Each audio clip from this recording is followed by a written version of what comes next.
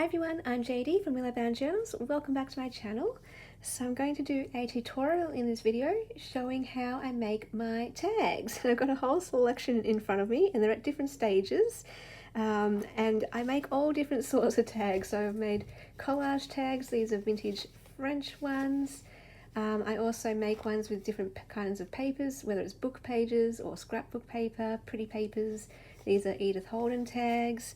These are just pretty papers that I really like, and some of them I ink around the edges, some of them I leave. These ones I use music paper as the base, and then I make pockets on these ones too. So these are pockets, and these ones are with wallpaper pockets, but I've also used scrapbook paper or decorative paper as a pocket, or even fabric as well, or you could use other music paper or book pages to be the pocket. I also made some completely covered tags in wallpaper. So just different patterns and designs there. This is what it looks like when it's on its way. So you just kind of have your base of your music paper tag, and then you sew that on top. This one is just using vintage French pages from various books or newspapers like these ones. I haven't sewn around these ones yet. I think I want a collage on these ones. These ones are using vintage French receipts, pretty cool. And yeah, I do sew around the edges of my tags as well. And I've just got some music paper ones here, and I've got a whole bunch ready to be made. So I do everything in bulk, as you can see.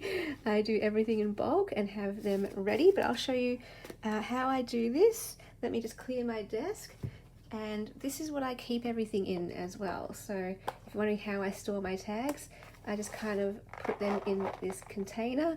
So I will just add these to the container like that. All right. All right, hang on a second, got so many. Let's put these away. Okay, so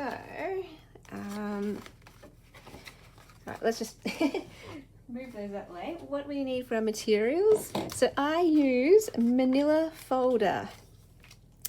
It's kind of, it gives it some sturdiness but not too thick, so I don't really like really thick things in my journals, but I want it to have a bit of weight to it. So I think the manila folder just works really well as a base.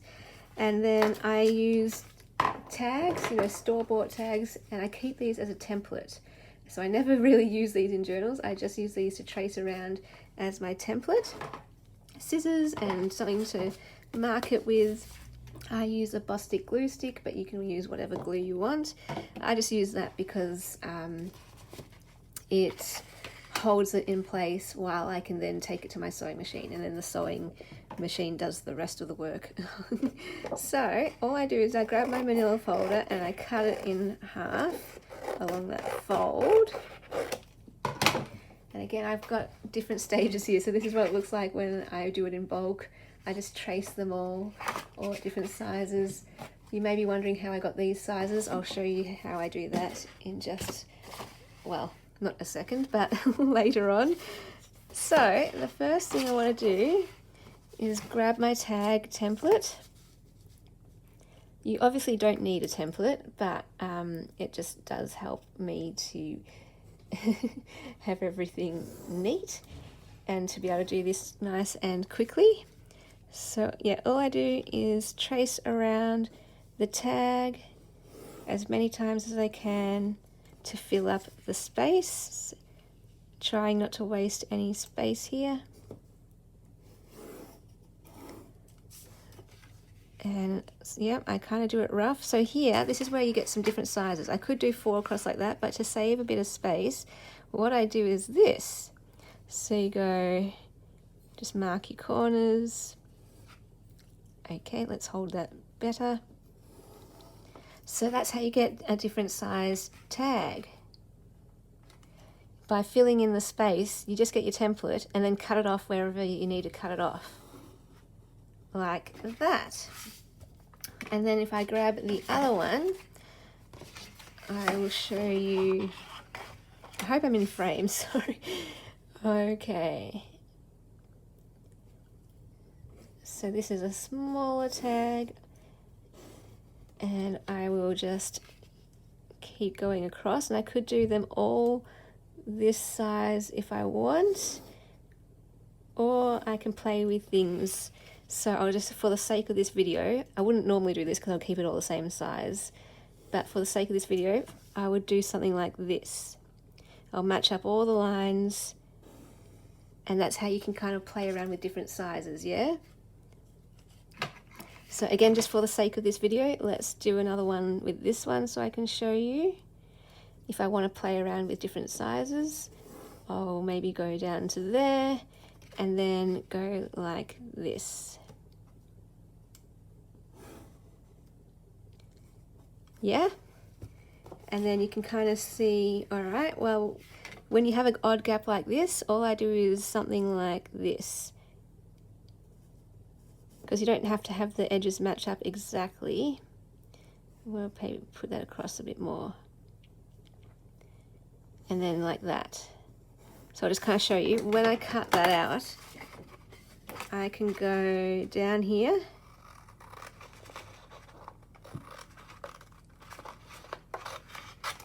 And then just go across here, cut my edges, and there's my tag. Oops, sorry, I'm not in frame, trying to see what I'm doing. And then when you got like a little piece like this, a little offcut, again, you can just grab your template and kind of draw on like that. So that's how I get all my different sizes, if you were wondering. But of course you could just eyeball it if you want. Alright, so I can, like me, I can see it, if I get it a bit off, I can just eyeball it. Like that. So I think I just want that a bit more. So yeah, there's another tag of different sizes. And then you can keep these, you can just write template on it so you know not to use them. And now you can use these as your next template if you wanted. I generally just use 2 here, and then I will just grab one from my pile here. So see this one is kind of an odd shape compared to all these. It must have been an offcut. So I will just grab this one and use that as my template for that size. So again, it's kind of just like Tetris, yeah? So I can maybe, let's do one like that size maybe, so that I can get a straight edge there. But yeah, that's how you kind of get a variety of different size tags. Obviously there's so many more ways to do it than this, but this is just how I do it, and hopefully it gives you some tips. So let's just go down here, and I'll cut across there and there. Oop, and we need the little corner there. And then what are we going to do here? Let's go, I can see that I've kind of cut that on an angle there, so let's just go like that and that. So you can see, yeah, Tetris tags, but usually I'll just grab one manila folder and I will use one template per manila folder, and then I'll just grab, like, I will grab a pack of 10 manila folders, which gives you 20 sides once you cut them in half. And then so I'll just use one template for each sheet, so I don't have to fuss around with all of that Tetris stuff. But just, yeah, for the sake of this video, showing you how I'll do that to do other sizes. Alright, so I won't cut all of these out on camera. I'll get to the next part of the stage. Just want to show you cutting out the different sizes, or some of the different sizes. But yeah, we'll leave that. And then all I do, we'll get rid of these templates. I just grab, first of all, I use music books, old music books, to have as my base. So let's grab, I just got some music paper. Oh, sorry, bump you. Some music paper here, and I've got some vintage French paper here as well. So I will cover up some of these tags on camera with you, but I mean this part is now pretty self-explanatory. But if you want to follow along and have this in the background, or you just enjoy relaxing to a video, then we'll keep on going for you. So we're just going to apply the glue. I do like the blue stick. It took me a while to transition from the white glue to the blue, but it does really help to see where the glue is. And all I'm going to do is... I like that word there. I want to put that word there on it. And then again, this is like Tetris. So I kind of show you again how I do this in bulk.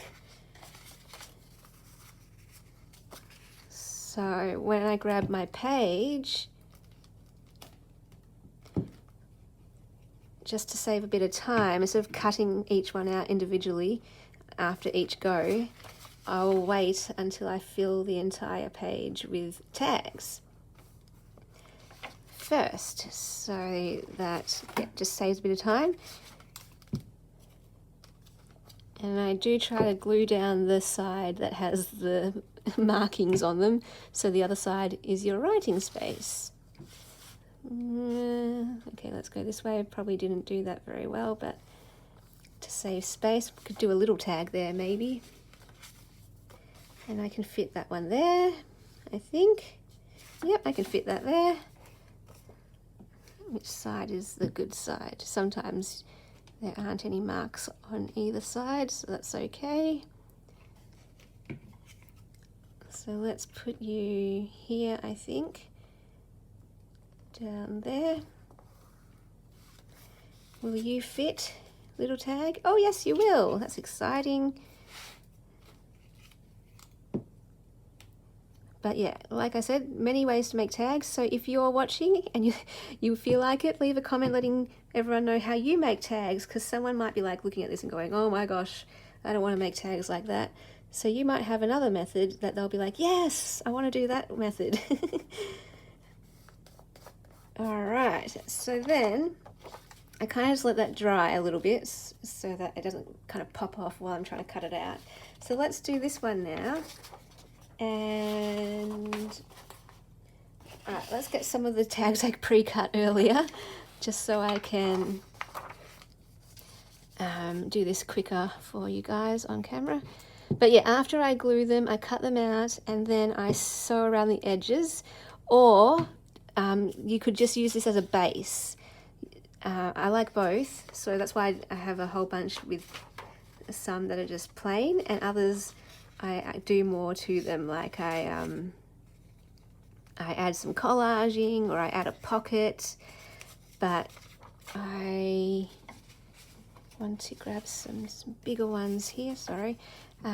So yeah, just grab papers that you like, essentially. Music paper, piano paper, I've done piano paper tags, wallpaper, scrapbook paper, book pages. Any paper that you like will make a wonderful, wonderful tag. And then you can leave it as is, or you can, you know, ink around the edges, collage over it, add pockets, do whatever you would like. So many possibilities with the tags. That's why I really love making tags and why I do them in bulk, because there are just so many different ones you can do. So I try to do lots and lots in each type. All right, and that way when I come to make a journal, you know, I've got like a whole tag stash I can choose from that will suit hopefully any type of journal that I make, whether it's a French one or a vintage one or a nature one. I'll have the tags ready at hand. All right, so yeah, all I do now is I'll cut away my things. So usually I just cut them all roughly first, and then I'll put on a podcast, Psychology in Seattle, and I'll cut these out then, listening to Psychology in Seattle, and I keep my scraps to make clusters or for collaging later on. So yeah. Unfortunately, I can't show you how I take it to my sewing machine and sew it, but I just use a straight stitch most of the time, and I usually do contrasting stitches. So these are a lot of neutrals, so I'll use either dark brown stitching for the vintage look or just even black for the contrast stitching. I also do like using cream though. I often like using cream colored cotton thread for my wallpaper, the wallpaper ones, or any really, what was I use either cream, dark brown or black for the tags stitching. And yeah, usually I use a straight stitch, but sometimes if I want to do something a bit fancier, I'll use either a zigzag stitch or that heartbeat stitch. I don't know what it's called, but you know, if you've watched my channel, this one I use pretty much all the time, and it looks like a heartbeat. It's kind of zigzaggy, but not even. Some are taller than others.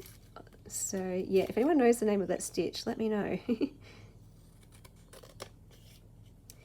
So yeah, I'm just cutting them all out, and yeah, now I'm just going to keep on going. This is pretty much the end of the tutorial, I guess. But if you have any questions, feel free to let me know in the comments. And yeah, I'll just kind of ramble for those who like listening to the end.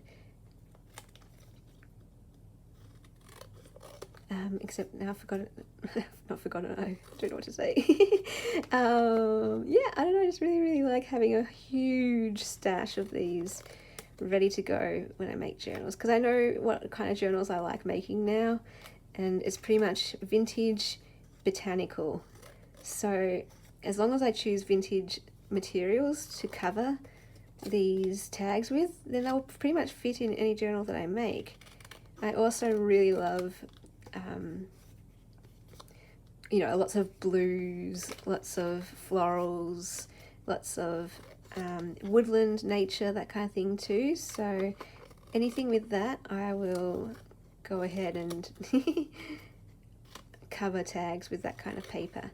So later on, I do definitely want to make a set of Edith Holden tags, not just the 3 that I had before. And some of them, yeah, the paper already stands alone and looks amazing by itself, and it's like, oh, I don't want to cover you, so I'll keep that. Other ones I'm not fussed about, and I will cover it up with either like a pocket or collaging. For those who want to know where I get supplies from, the manila folders I just get from the stationery shop or the cheap shop, or even the local supermarket, if that's what you call it, the grocer. Well, our local one sells them, which is pretty cool. Where I get my vintage French supplies from, Etsy. I just type in vintage ephemera on Etsy, and whatever comes up. Sometimes there's a shop in Australia called Rosella and Roses that I get vintage French from, but I also get them from France too. There's quite a few shops from France as well, and I find the postage from France a lot cheaper than postage from America. So there's quite a lot of ephemera in America too, but I don't usually get it from America because the postage is too expensive. Anyway, it's almost at 20 minutes, this video, so I think we're done. I hope that was a helpful video, and more just giving you ideas of what you can do to make a whole bunch of different tags. So same method, but you can create all sorts of different tags using this one method, which I love. And I will have fun cutting the rest of these out and covering the rest of these and making more tags. So I'm sure I'll come back on my channel when I do that and show you what they look like. And some of them are in my Etsy. I've got 5 tag packs in my Etsy, and I'll be putting up another pack too, so there'll be 6 packs coming up. And yeah, I'll just keep on having fun making these. You can also do them with fabric, with linens and doilies. I definitely want to try that as well. I'm just not very good at sewing fabric. It always moves on me. But I definitely want to try doing some fabric and doily linen tags. I think that would look amazing, the vintage linen tags. And yeah, now I'm just rambling while I pack up. And yeah, let me get all of this Anyway, hope it was helpful. Let me know if that was helpful in the comments. If it wasn't, let me know what I could do to make it better. My aim is to just share my process, real and raw, in the hopes that it maybe gives you some ideas or a new way of doing something, or just inspiration to make your own things at home. So awesome, guys. Thank you so much for watching. You guys are all amazing. You're precious gifts to the world. You're beautiful gems. Just by being you, you bring light and goodness and beauty to those around you. So shine bright out there, be yourself, and I'll see you in the next video. Bye, guys.